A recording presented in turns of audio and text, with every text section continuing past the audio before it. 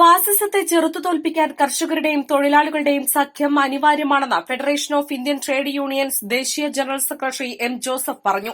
ഇത്തരം ഒരു മുന്നേറ്റം കൊണ്ട് മാത്രമേ ഫാസിസ്റ്റ് സർക്കാരിന്റെ വർഗീയ നയങ്ങളെ തകർക്കാൻ കഴിയൂവെന്നും അദ്ദേഹം പറഞ്ഞു.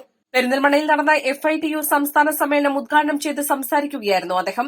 തൊഴിലാളി കർഷക കൂട്ടായ്മകൾ നടത്തിയ പ്രക്ഷോഭങ്ങൾ ഒരു പരിധിവരെ ഫാസിസ്റ്റ് സർക്കാരിന്റെ തളർച്ചയ്ക്ക് കാരണമായിട്ടുണ്ടെന്നും അദ്ദേഹം പറഞ്ഞു. ഒരു നഗരത്തെ കെട്ടിപ്പടുത്തവർ ഈ കാണുന്ന സൗധങ്ങളൊക്കെയും തങ്ങളുടേതാണെന്ന് പ്രഖ്യാപിച്ചുകൊണ്ട് അവരുടെ ജീവിതം, അവരുടെ അധ്വാനം, അവരുടെ വൈദഗ്ധ്യവും, അവരുടെ ഊർജ്ജവും, അവരുടെ ജീവിതം നിലനിർത്തിക്കൊണ്ടാണ് അവർ നഗരങ്ങളെ നിർമ്മിച്ചത്.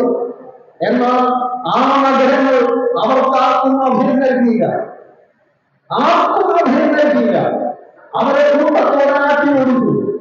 ഓരോ സംസ്ഥാന അതിർത്തികളിലും ആ അതിർത്തികളിലെ പോലീസ് ഉദ്യോഗസ്ഥർ ശത്രു രാജ്യത്തിലെ സൈനികരോടെന്ന പോലെ ഈ പാവപ്പെട്ട തൊഴിലാളികളെ സംസ്ഥാന അതിർത്തികളിൽ തടഞ്ഞു നിർത്തി.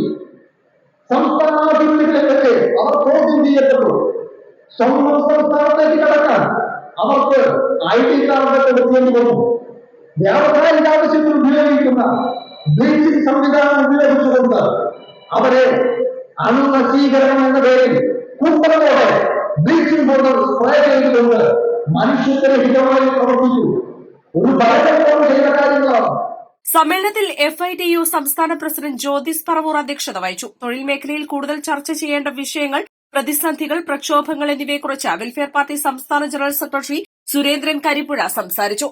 യോഗത്തിൽ സംസ്ഥാന general secretary Thasleem Mampad, Welfare Party ജില്ലാ secretary KV Safeer Shah, FITU സംസ്ഥാന treasurer Usman Mullakkara, vice president MH Muhammad, secretary Shanavas Kottayam, ജില്ലാ പ്രസിഡന്റ് കൃഷ്ണൻ കുനിയിൽ, ലുക്മാൻ പാലക്കാട്, മോഹൻ സി മാവേലിക്കര, പ്രേമാജി പിഷാരടി, സരസ്വതി വലപ്പാട് തുടങ്ങിയവർ പ്രസംഗിച്ചു.